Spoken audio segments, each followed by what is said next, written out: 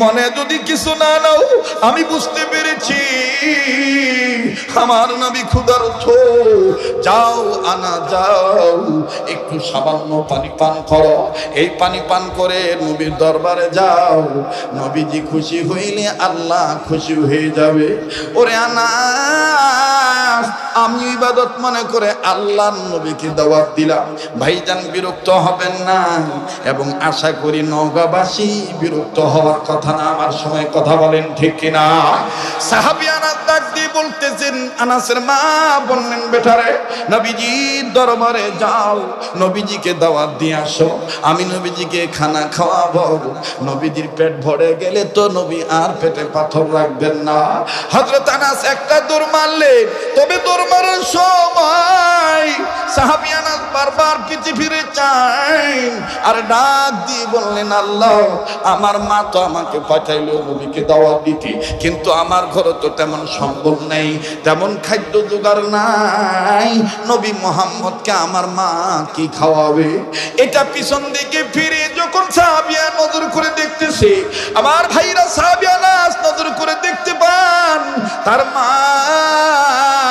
ডান হাতের দুটো আঙ্গুল আকাশের দিকে উঁচু করে ডাক দিয়ে বললেন, আল্লাহ, আমি উঁচু করেছি তোমার দ্বারে দুটি আঙ্গুল, দয়া করে তুমি কবুল করো, নবীজিকে দেওয়া আমার দাওয়াত করো তুমি আল্লাহ কবুল। ওগো আল্লাহ, আমি কি কারণে দাওয়াত দিয়েছি পৃথিবীর কেউ জানুক আর না জানুক, আল্লাহ তুমি আমার মনের খবরও জানো।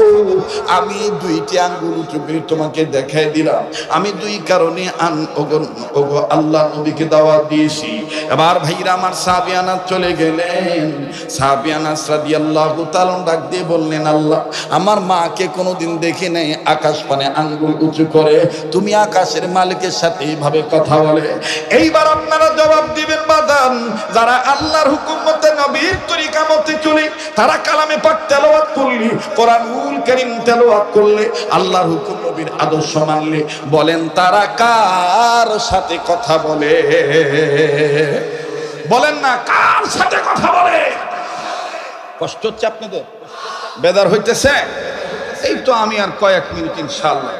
মোহতারাম হাজিরি, আমার বন্ধুগণ, আমার ভাইরা, বাবাজিরা খুব খেয়াল করে কথাগুলি শোনাচ্ছে বাবা। এবার সাহাবী আনাস চলে গেলেন, নবীর দরবারে গেলেন, নবী মুহাম্মদ সাল্লাল্লাহু আলাইহি সাল্লামকে ডাক দিয়ে বললেন, আসসালাতু ওয়াসসালামু আলাইকা ইয়া রাসূলুল্লাহ, আসসালাতু ওয়াসসালামু আলাইকা ইয়া হাবিবাল্লাহ। আল্লাহর নবী ডাক দিয়ে বললেন, ওগো আনাস, তুমি ইতিপূর্বে আমার কাছে